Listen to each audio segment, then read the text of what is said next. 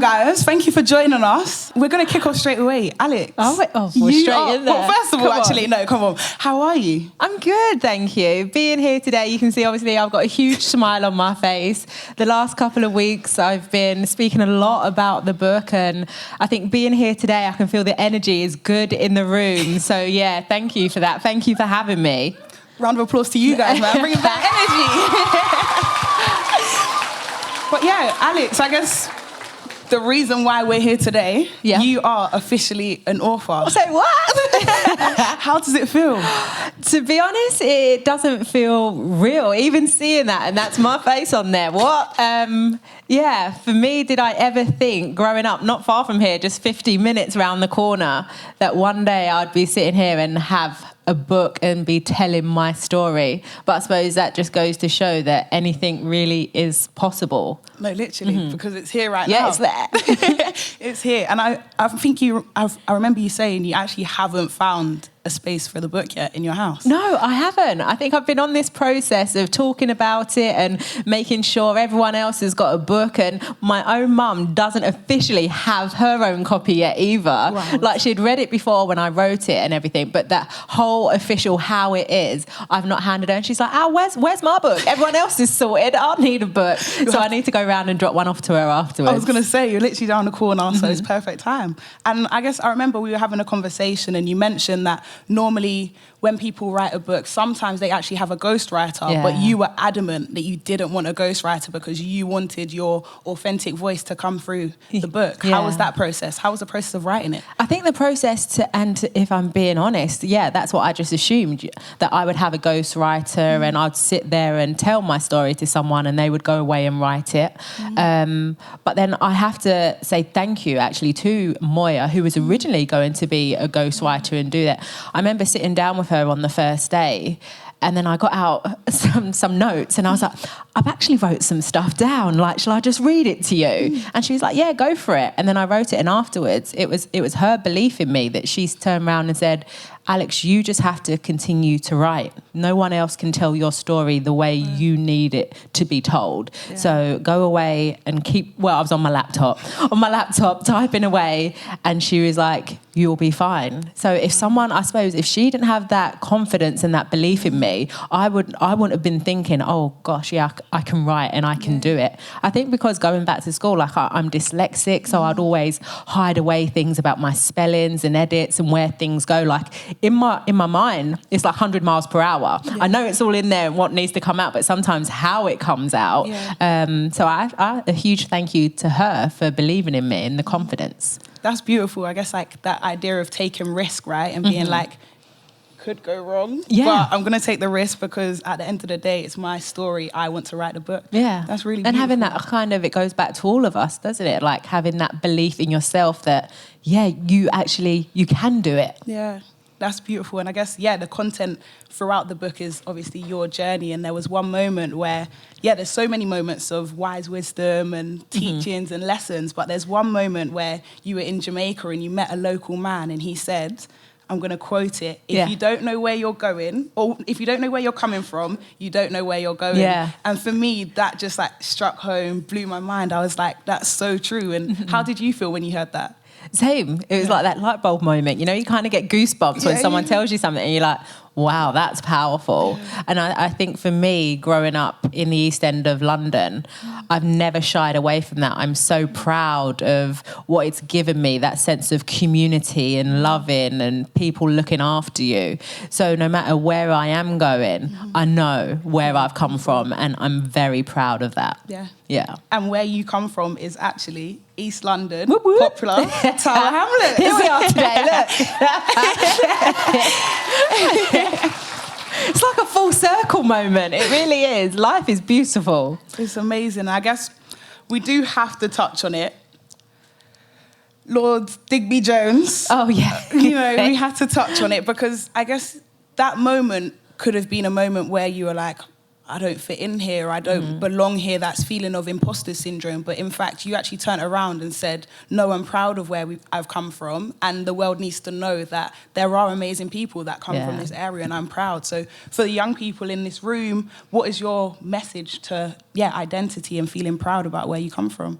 Because I think that's the thing. Sometimes there's so many people that have a perception of you because of where you grew up or a family environment. And also, I think sometimes it's them putting their own fears onto you, and it's like, actually, no. Like I said, I don't ever want to get to a situation where I'm not being my true, authentic self, and how I talk and how I dress. And so why can't that be represented on screen? Like, I actually, it confuses me. But the thing is that we've grown up, haven't we, in a society where you have to be a certain way, look a certain way, or speak a certain way to get a certain job. Well, actually, that's not the real world, is it? It needs to continue to keep changing. And I'm not going to shy away from sitting in a seat and just being me. Yeah. So, yeah. No, I love that. Your authentic self. The world needs to see it. All of us. All of us. That. And I guess, it doesn't make sense at all not to touch on football. So we're going to that section. And I guess we have to take it back to where it all started. Cage football. Cage football. Cage football was such a potent moment in your career, right? It was where you spent loads of your time playing with your brother. What does cage football mean to you, and what did it teach you? Absolutely everything. If I didn't have that space, it was a freedom. It allowed me to dream, to be honest. But the thing is, this cage football, it was like absolutely just concrete. Nothing was there. And sometimes the ball would go out of the cage and a car would drive past and pop the ball. And then that would be game over. Till the next day we'd be back in the cage. But yeah, I just loved that. You know, I was with everyone, all my friends in the neighbourhood. It was just little Al trying to play football. Didn't even think really about trying to play professional because there weren't anyone to aspire to. Like women, I didn't even know there were teams. It was I played in a local tournament in Tower Hamlets, and one of the referees at the time was like, there's a team, I'm going to take you down for a trial at Arsenal. And I was like, no thanks. My mum had packed me a Capra Sun in my packed lunch that day. I was more interested in drinking my drink. And he was like, no, seriously, you've got something about you, I'm going to take you down for a trial. And I suppose that shows the importance of of like youth workers in areas, because if it wasn't for him and his persistence, I wouldn't have been taken to Arsenal for that trial, and I could have been on a completely different path in life. Yeah, and I feel like there's a real beauty in your story, right? Of like, you started off where a lot of other young girls are starting off, and I've mentioned it to you a couple of times recently around like saying thank you for letting us little dreamers continue dreaming, because like, I guess there's that feeling of like, you need to see it to believe it, to really understand that you can reach that goal. And I guess, moving on to that moment where you did get you just signed made to me Arsenal. go cold. I'm just like, thank you. Oh, so it's because that's the opening page in the book, the dedication. Yeah. And like I'm sitting there, I've wrote the whole book, and then they're like, you need to dedicate the book to someone. And I was like, well, I've already done a letter to my mum in there. I'm like, do I do the dedication to my mum? And I was like, no, actually, it's more than that. And keeping it real. It's always keeping it real. It's like the whole book is dedicated to the dreamers, and just believing that sometimes it might be hard, but you know what? Don't worry. You've got this. You just keep going. Yeah. And I guess, once you got your foot in the door at Arsenal literally runs through your blood. It does. I've got red socks. No, I haven't got red socks on. But you started there at a young age. And even though you did move away, sometimes you always returned home. What does Arsenal mean to you? And what did it provide you when you were a young person?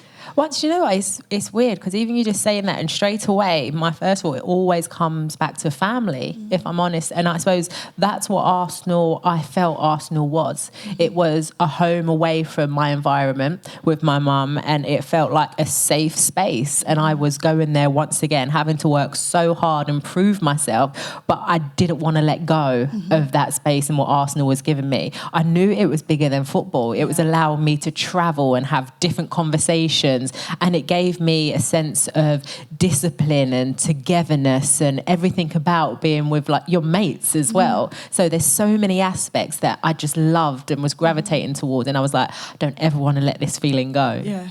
No, that is beautiful. Football provides so many different skills, right?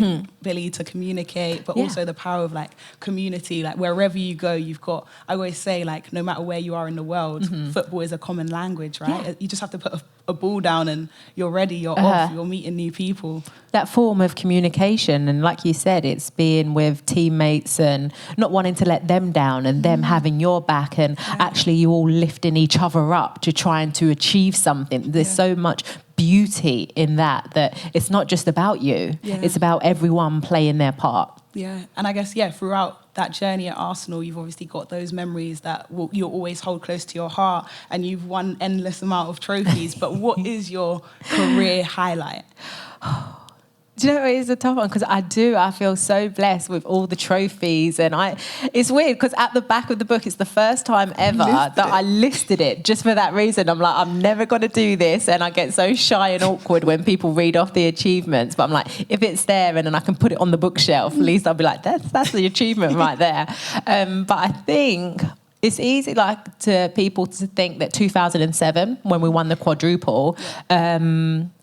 But I always go back to 2016, I think, because it takes me back to the kid playing in the estate on that concrete pitch, because we managed to finally get to Wembley. The game was changing, and I think there'd been 2 FA Cup finals at Wembley, and then we got there. I was captain. We beat Chelsea, and to walk those Wembley stairs and lift the trophy, I cried like a baby. Like, I'm not even embarrassed to say, like, trying to lift the trophy and like crying and be like, this is a moment. And I think after that as well, I think during that moment, why I got so emotional, because I'd played at Wembley for Team GB in the Olympics. I'd played there for England, but to finally do it with a club, my club colours, where it all started, was just that moment. And I think I knew that I was ready to start moving on to my new chapter in life. That is a perfect segue, because I was about to ask you about TV. We ain't even rehearsed this or anything. I don't even know what's coming up. That is perfect, because in the book you talk about the process of getting to the stage of retirement and the thought processes and stuff. And then you were like, I'm not going to go into coaching. I'm going to tackle TV. I'm going to put my face out there.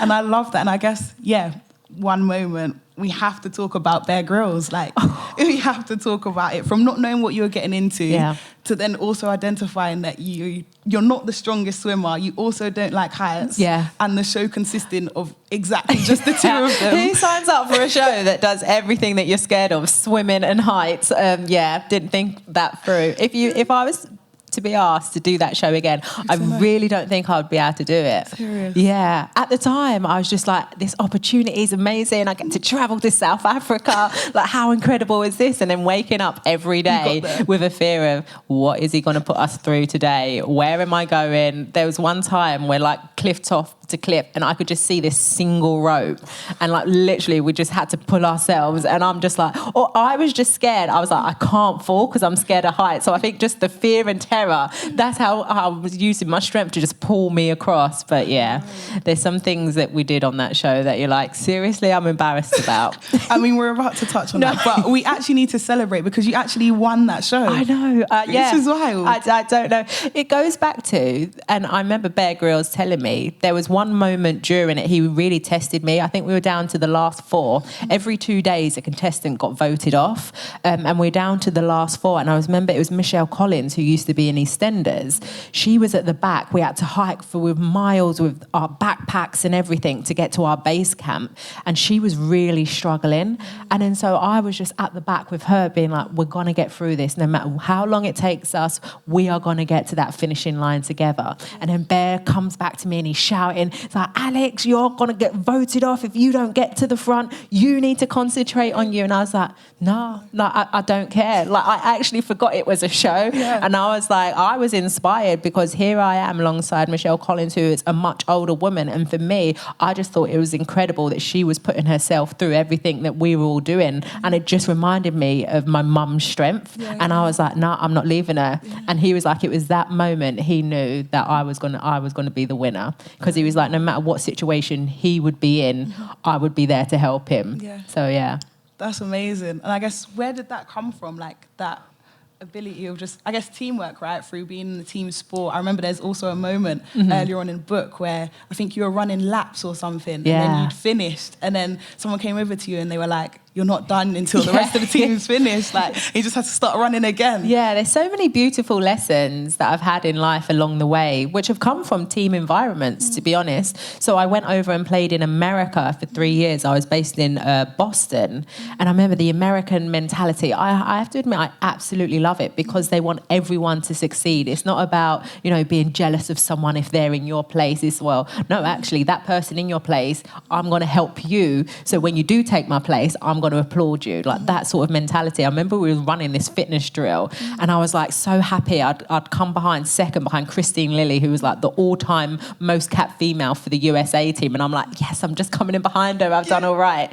And I was just getting my breath. And then there's Christine Lilly screaming at me like, Alex, get back out there. And I look up because Tiffany, one of our players, she was at the back and like she was really struggling with her fitness. And she was like, we're basically only as strong as our weakest link. And she was like, we all need to get through this together. So because we were fitter, we went back out and we were having to run with Tiffany to motivate her and let her know that she's not on her own and we're going to get her across that finishing line. So I think things like that have always just stayed with me.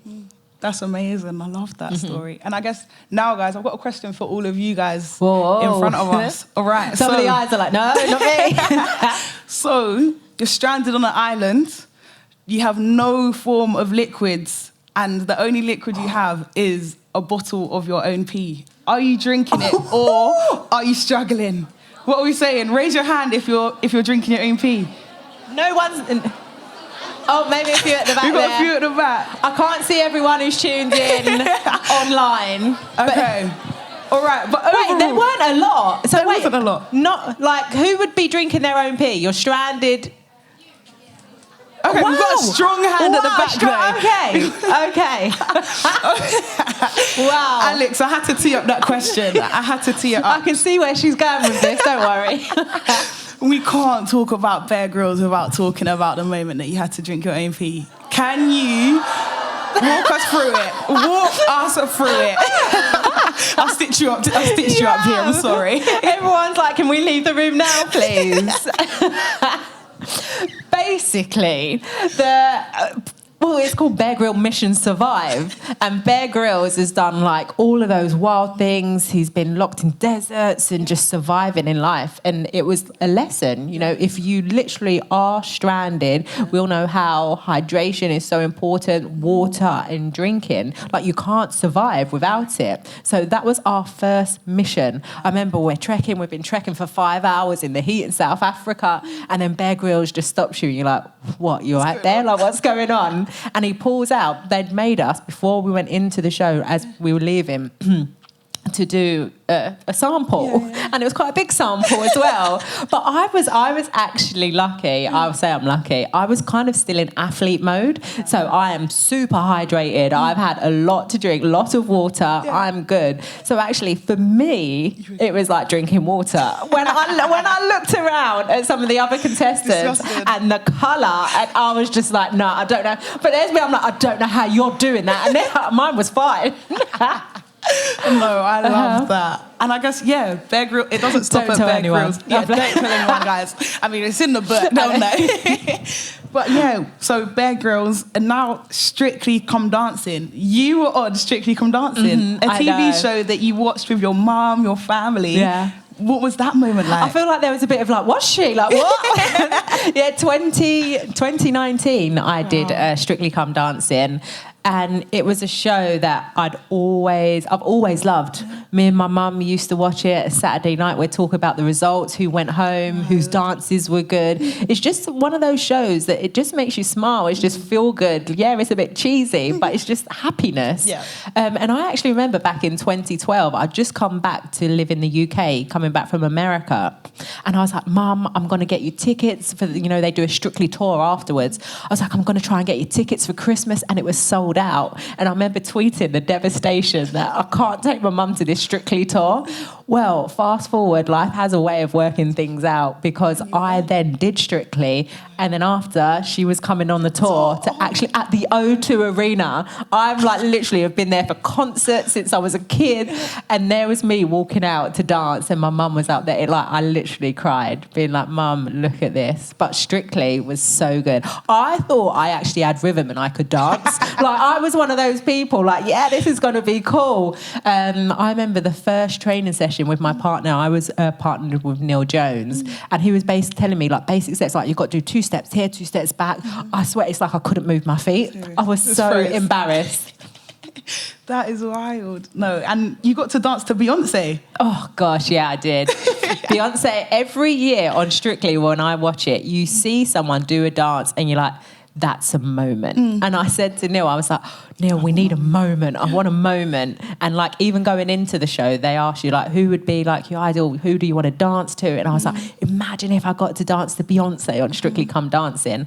And then I got to Blackpool week, which is then you're in a bigger arena. It's an iconic venue. And then they asked me, I was doing the Paso Doble, and they said about music, and I was like, this is the one. I want to dance to Beyonce. I want it to be a moment. And actually, we flipped it as well. Because when you get to Blackpool, you have more dancers. Yeah. So it's not just you and your partner. I think you have 7 backing dancers to help the dance come alive. But normally, always, traditionally on Strictly, you have more male dancers. And I couldn't get my head around it. I was like, why has that never been flipped? I was like, no, well, we know what Beyonce's singing about, girl empowerment and everything. I was like, I want it to be all female and then just Neil. Wow. And Neil, bless Neil. Neil was like, yeah, Alex, let's do this. Let's bring your vision to life. And we certainly did that. That's so beautiful. It was a moment. I loved it. Who ran the world? Girls. Hey, where are you not? Come on. No, and I guess, that's a nice way to, start wrapping up our conversation, because I guess, you spoke about the support of Neil just being if that's your vision, we're going to go for it. And I guess throughout your life, you've had the support of your mum, nan, brother, but also who have played crucial roles. But you've also had moments where, the wider community has also supported you. For example, when you went onto TV and Claire Baldwin was helping you with auto cue and stuff like that. Or even Dizzy Rascal when he was we knew you were going to go on to do something amazing and here you are. Yeah. But what has having a community and a supportive network meant for you? I think for me, it's been everything. I've always known that the path that I've been on, and even in TV now, it's bigger than me. When I was on Strictly, it wasn't this is my moment. I knew that I was representing women's football, and literally me going out there could help change perceptions. And I know now, sitting on whether it's the BBC One show or doing the Olympics, it's not just about me. And people in the community, I wrote a story in the book actually. It was during the pandemic. I remember riding through Wapping and then down to Poplar to see my mum. And then on the way home, there was 2 women on a park bench, and they were shouting my name. They were like, Alex, Alex. And I was like, whoa, this is serious. I'm going to have to stop and get off my bike. And literally, they just stopped me to say, they pointed me and said, keep going. And to me, in that moment, it made me so emotional because, like you said, it's back to the community and what you're doing. And actually, everyone's got my back and wants me to succeed, not just for me, but for them. So, I know it's everything. That's beautiful. And I guess, the best way to end our little chat is to ask you to leave the audience with a bit of wise wisdom. And I guess, what would one piece of advice be for your younger self, so your teenage self? That's a toughie. I think it goes back to that there's got to be people around you that try and put their fears and their perceptions on you and trying to limit you to where you need to go or where you believe that you are going in life. But just always look inside and remember what is driving you, what's your passion, and believe that no matter what, you can get there. And I think even just me sitting here having a book is the prime example of that because, so many people will say, no, you can't do that. My mum's friend used to laugh at her when she was like, oh, Alex wants to be a footballer. She's like, she'll grow out of it. Well, no, look, here I am, done that and on to this bit. So, I think just always keep that drive and that passion in everything you do and you can get there. What a wise piece of piece of advice. I love that. Thank you. Put me on the spot, you did. And yeah, that's the end of my questions. It's over to everyone in the room. Do we have any questions? He's going to be brave enough Yeah, first. who wants to go first? Come on. Let's go. Who wants to ask a question? Oh, we've got my God, one at the front. yes. Love that. We've just got a mic coming for you. There's a mic. There you go. What inspired you to write the book? Oh, good question. I think, do you know what? I retired from football in 2018 and people were asking me to write a book. I went for meetings and everything. And to be honest, it didn't feel right. And so I was like, no, I didn't know whether I've always followed kind of my gut and my feeling, and I felt like there was more to come, like I had a bigger story to tell. I wasn't ready to tell it yet.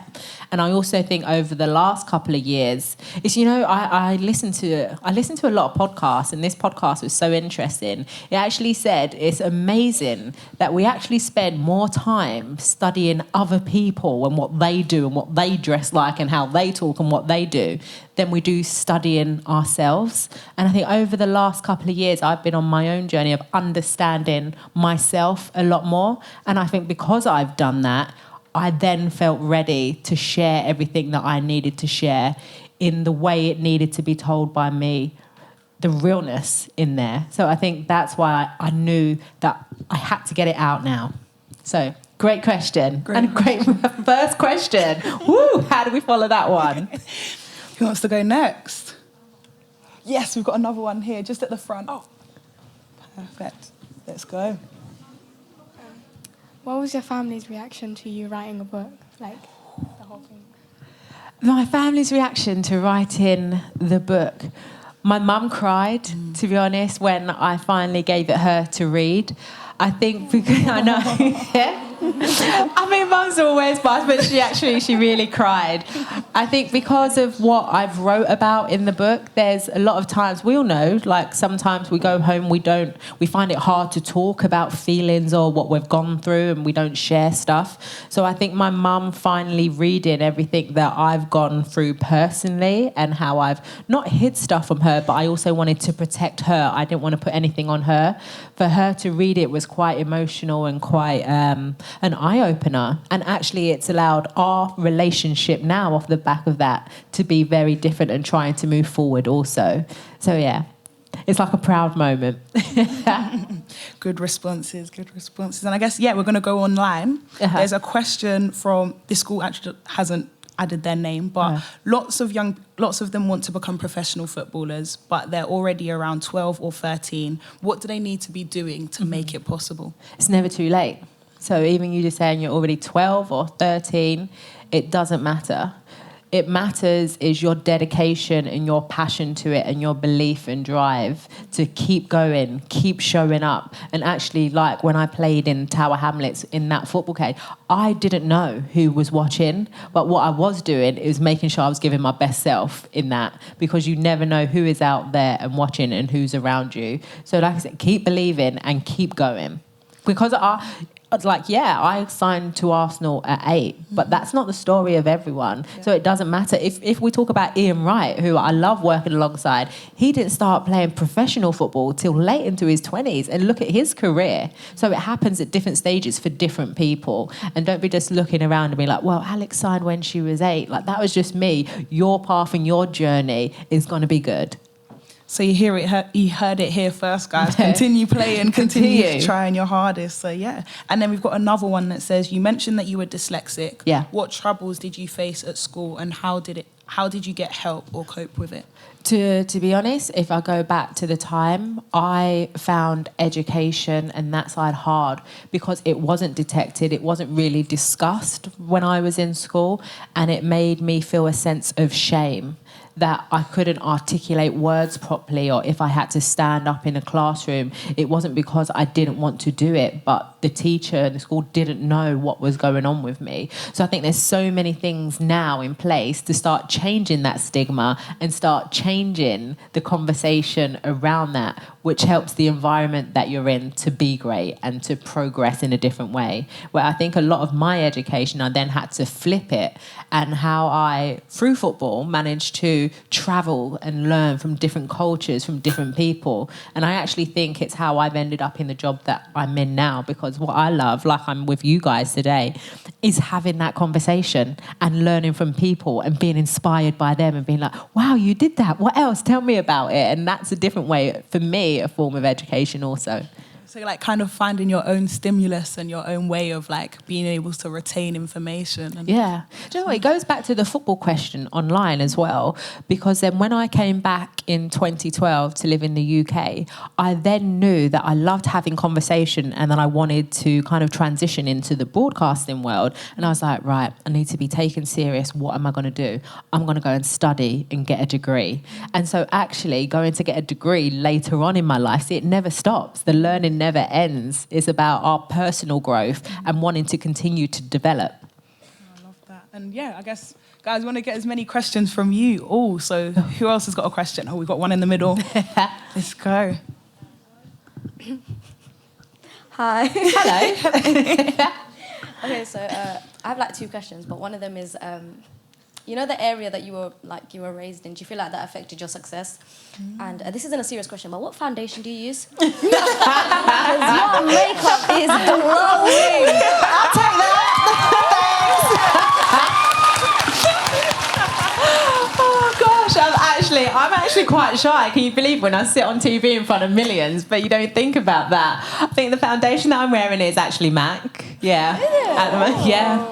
You're like, was that shocked or like, okay? No, yeah. And going back to the area that I grew up in, I think it's made me who I am. And I think that's why I never shy away from that. If I wasn't raised in that community surrounded by, you know, hardship and struggle, it gave me the dream. It gave me that passion to want to prove to people that have perceptions of the area that I grew up in that, you know what, we're okay. That you should be believing in more people from our kind of areas, because we're going to give you everything. We're going to work so hard because we want to be in those areas and change perceptions. And so I think it's everything from that area has contributed to lead me here today. Yeah. And I don't know what shade of MAC, sorry. I know there's different numbers. Do you have another question? Got one from back here. What is the hardest part about being a team captain? Oi. Oh, that's a difficult That's a one. good question. Do you know what? I wouldn't... I think what I've learned in sport and even in the job that I do is sometimes changing the self-talk that you give yourself. So then even you saying that right there, I wouldn't necessarily say it was hard, but sometimes you're presented a challenge and how do you overcome that challenge? And I think being captain, it was so important for me because I think I was made to feel in a young age that I was never going to be a captain or a leader. And I didn't view myself as that until I went to play in America. And when I came back, the thing that I wanted to do was make sure everyone felt like they could have a voice and that everyone's voice was valued. So someone might be the loudest and you ask them a question and it's their opinion, but actually sometimes the quiet one could have the best opinion and best, outlook. But you just need to find a way that she feels that her voice is valued. So I would always be doing that, making sure everyone felt like they could communicate, and for me to make sure I was listening to everyone and then making a decision that was best for the team. Yeah. That's a nice one. And I guess also that links back, you mentioned that you were made to never believe that you could be a leader. And in the book, you talk about that moment where you recognized that there's something called labeling theory and how that changed your perception. And you were like, actually, now I'm adamant to flip the narrative and change how people perceive me. So, yeah, that's really interesting. I love, see, Debra has read the book, like the fact that she's even pulled that out and put that in. And I think that goes back to where people put perceptions on you and you label things, where actually it's just understanding somebody and how can you help them. Like, because someone's path is that way, doesn't mean yours is going to go that way, but how can I help you? You might go this way, but we can get you back on track this way. It just might be different. And so that's what I love, yeah. Oh, that's amazing. And I guess, yeah, we haven't actually spoken about the success of the Lionesses this summer, but I feel like, yeah, the next question from... Give them a round of applause. But yeah, there's a question from Rachel from Ashton Sixth Form, and she says, are you somewhat envious of the players at the start of their careers in the women's game, given how much football has progressed in recent years? Oh, gosh. Hello, Rachel. Absolutely not. You know, I feel nothing but pride. You saw me standing alongside Ian Wright. I feel like I cry a lot alongside Wrighty, crying, because I know I've been so blessed to be part of the journey to help get the game to where it is now. There were so many before me that handed the baton. You know, we did our bit. I worked part-time. I worked part-time in the Arsenal laundry, you know, trying to earn some money whilst we then had to wait around and train in the evening to then go to America, play professional, come back and the game turned professional here. So I feel like I've had that moment, you know, the Lionesses, 140 caps. I played in World Cups, and now I knew the position that I was in doing TV was helping the game in a totally different way.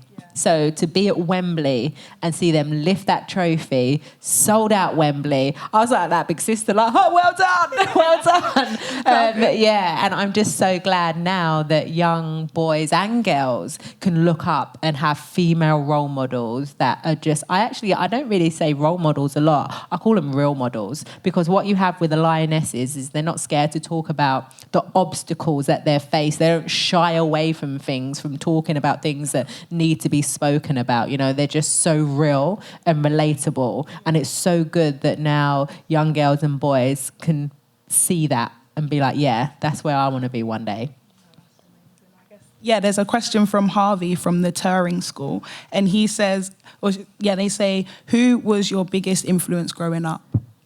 Biggest influence always goes back to, it's a common theme in the book, you know, it will be my mum. Yeah, absolutely. The strong person, the kind human that she is, that wants to do everything for everyone else around her, and just her light that she has. You know, I always looked up to her and just saw everything that she was doing to allow me to be on this path right now. So it's always and always will be my mum. Yeah. Big up Mumsy, man. Yeah. Debra met my mum the other day. She was dancing with her, actually. She was on the dance floor, throwing some shapes. Fantastic human, always bringing good energy. And any more questions in the room? Yes, we've got one right here. That was a straight hand. Let's go. There have probably been people who have put you down and made you feel like, or what you want to do isn't that great. Yeah. What motivated you to continue doing what you're doing? And it continues to this very day. I don't think just because I'm sitting here and I've got this book, like literally even this morning, that fire always continues. And I know that there's a bigger reason that, you know, to prove those people wrong and change perceptions in society, that I need to keep going and not let those sort of people win. Because I think there's so many times that I've gone into a space and I'm just like, oh, just why? All I'm doing is like doing a job that I love. Like, why are they judging me that I'm female, that I'm black, or they're judging me on what I'm wearing, when actually I'm turning up and being the best that I can do in my job. But like I said, it's, if I then remove myself, they've won. And that's what they want to continue to do. So I know that I need to keep fighting the good fight. And some days it's hard, but I'm going to keep going. So then we all start winning even more. So, yeah. Beautiful answer. Thanks. I love how you like keep on looking at the book like a proud mum. I love it. It's like, it's actually here. Like, any more other questions? Yes, we've got another one over here. Okay. Why did you pursue football as a career? Oui. Do you know what? even looking back, I don't think I even pursued it. I think football found me. And I'm so grateful for that. Like I said, all we had in the estate was that cage. And that was a way to connect with the other neighbours, the other kids, and just have fun and have some freedom. And then from then, it progressed. And like I said, when I signed to Arsenal, I knew it was bigger. I was getting on a minibus and travelling up to Nottingham, and I was like, where's that? But I know Mum's packed me a packed lunch and I'm out of the house for the day, like it's great. So there was just certain things within football, I just never wanted it to go. And I think to never let it go and continue to be in that environment and to be able to travel and see different cultures, I knew that I had to be good. I knew that I had to be the best right back that I could be, so it was never going to end. And that's the thing, isn't it? Like sometimes, 140 caps for England and people be like, oh yeah, you were a favourite. That's why you're always on the team sheet. But actually, I played every game like it was my last because I didn't want it to end. So I was like, I need to show up. I need to be the best I can be today. Not try and be better than anyone else. I was always in competition with myself to be better than I was yesterday. And so I think my football career just kind of went that way, and I'm just so lucky that it found me and I found football. Good question. Yeah. I love that. Football found you. That's it just fell in your lap like it was meant to be. I love that. And we've got a question down here. Ooh. I know we've got a question down here. It's you. Yeah, I'm coming for you. I have two questions. Who's your favourite Arsenal player, and what's the funniest fan experience or moment you've ever had? Arsenal, I always go back to Ian Wright. And it is a full circle moment that I actually used to work in the Arsenal laundry and scrub his dirty pants. And now I'm alongside him on TV. I'm like, here we are. I just loved Ian Wright because when I was growing up and I looked at him playing when Arsenal was at Highbury, he had the biggest smile on his face. You could see that he was playing the game for no other reason than just pure joy and what it gave him. And every time I stepped out, whether it was in a high-pressure game in a World Cup or we were playing a friendly in pre-season, I always thought about me being in that football cage and what football gave me. And so no matter what, I would always be smiling a big smile like Ian Wright. He still smiles that big smile on TV. And going back, the fan thing, do you know what? I think something that's never left me, it's not really funny, but it's like really heartfelt. I was in Boston, and then before we'd go to a game, I'd always go and have brunch. It was like my routine, my little shop round the corner, I'd go and sit and have brunch.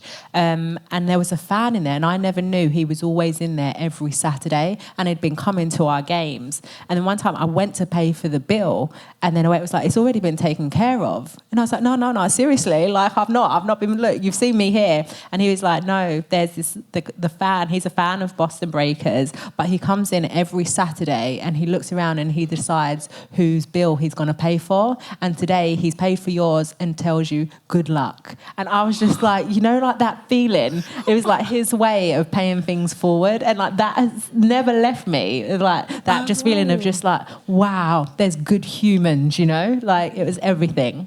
Sorry, not funny, but a bit emotional, isn't it? Bit of a U-turn there.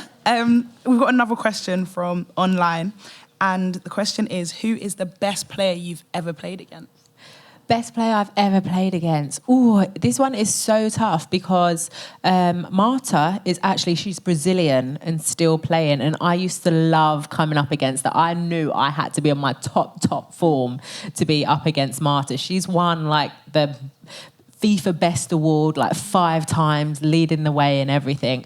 And I think it was the first time in the women's game where if we have a comparison, if you're thinking about a Ronaldo and a Messi, Marta was that, for everyone to be seeing her doing step overs and flicks and how fast she was. So I'd say Marta. There was another player called Abby Wambach as well, an American striker, and she was just so tall and huge and powerful. But if we're talking like skill level, then definitely say Marta. Amazing. Yeah. Any other questions? Yes. Oh, we've got one here. Question. What was your favourite subject in school? Ooh, favourite subject in school. Do you know what? I throw this back. This is so random that I'm actually sat alongside Debra as well today. And she told me she's got a lecture later on. And in sociology. And actually, sociology was actually one of my favourite subjects in school. I just loved learning the different aspects of it, and it made me view things in such a different way, and I absolutely loved it. I actually got an A. Yeah, I know. That's congrats. Round of applause. Yeah, another one. The title of your book, How Not to Be Strong, can you explain the meaning behind that? Yeah, certainly. I think a perception of me or the environments that I have come through, it's always been about being that strong, being a strong female, showing up in a male environment and having to be strong all the time. And then I think actually that journey, going back to the first question that we ever got, and me understanding that vulnerability and showing a different kind of emotion is actually okay. So it's okay to have both, showing that strength and being strong, but also sometimes just not being strong and being that day that it's okay not to be okay sometimes. So it was just stripping it back and showing a different side of me that's helped me along the way in my journey. Yeah. That's beautiful. And we've got another question from Hayley Bree Turnford. And they said, did you ever feel like giving up when you were playing football? I think there were moments that it was hard when coaches don't believe in you, and the struggle in that. It was more hurt because I knew that I wanted to give everything and I knew I wanted to be the best. And it's like, why can't they just see this in me? Just someone, all I want is a chance to prove to you. But then it would quickly flip to, well, if you don't believe in me, all I can do is show you. And I remember going away one time. I was in Cyprus, and all I did every single day was run in the blazing heat to then become the fittest right back. So I knew that I could not be picked and to prove people. And the same in TV as well. I remember doing my degree, and a big part of the degree was doing placements, and I did this placement at Sky Sports, and so I was writing articles online, sitting around watching the presenters at the time read auto cue and all the stuff going on in their ears. And I remember asking for feedback. I'm like, so what do I need to be, like, want to be a presenter? And I'm getting a feedback and someone telling me that I would never work in TV because of my accent. And like, I'm just like, and straight away it's like her, and I'm like, so, excuse me? Like, what? And it was like literally lit that fire in me to be like, well, actually, you just don't get it. You're short-sighted, and it needs to change. And I was like, I'm going to do everything that I can do now to show you that I will be working in TV. And I don't know if he's working at Sky anymore, by the way. But he might not be working at Sky, but you are on TV still. I think we have time for a couple more questions. So anyone in the room, this is your moment. Oh, we've got some here. Oh, we've got one here. We'll go here, and then we'll go over there. Where we go? Which way? Ready? Yeah. What are your future aspirations, and do you plan to write another book? Oh, gee. Well, I've not even taken this one in yet. I'm not even thinking about the next one. What do they say? Never say never. So I don't know. I don't think it can be anything like this because this was literally my life story up until this point. Whether it's a different kind of book, a motivational one, like I don't know, a kid's book. So that's why I never say never or close a chapter on that. And I think what next? I've got a World Cup coming up. I've got a birthday before that next week to celebrate another celebration. And then I'm off to, the World Cup for a month. And I think after that, I feel like I just need to take everything in, to be honest, and just have a moment. And I think sometimes in those quiet moments is when I actually come alive and what next happens. Something has happened this week, I would say, regarding my book, that has lit a new fire in me and a new purpose. And at the moment, that is very strong, and there's stuff around that I know I need to be doing more of, and I will.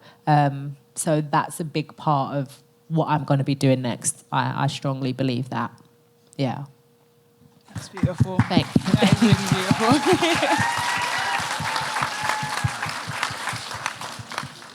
That is powerful. And I know we had one more question over here. This isn't really that important. Of course it is. Go on. If you don't mind, can you show us your outfit, please? Give us the tour, Alex. Give us the tour. I mean, outfit of the day. I was Let's actually go. thinking, oh, I'm just going to be comfortable, and I've got like a jumpsuit on. Because Outfit of the day. You lot are bigging up my confidence. I love it. Thanks. You know what? Because sometimes you just always, when you're on camera and it's like, and I get it because it's part of the job, like you're looking smart, you are playing the part and everything. And then so today I was just like, this is me. You know, I'm just giving you just the real me. And today I was just like, I'm just going to sit here and have a conversation with you all and just be really comfortable. And so this is me.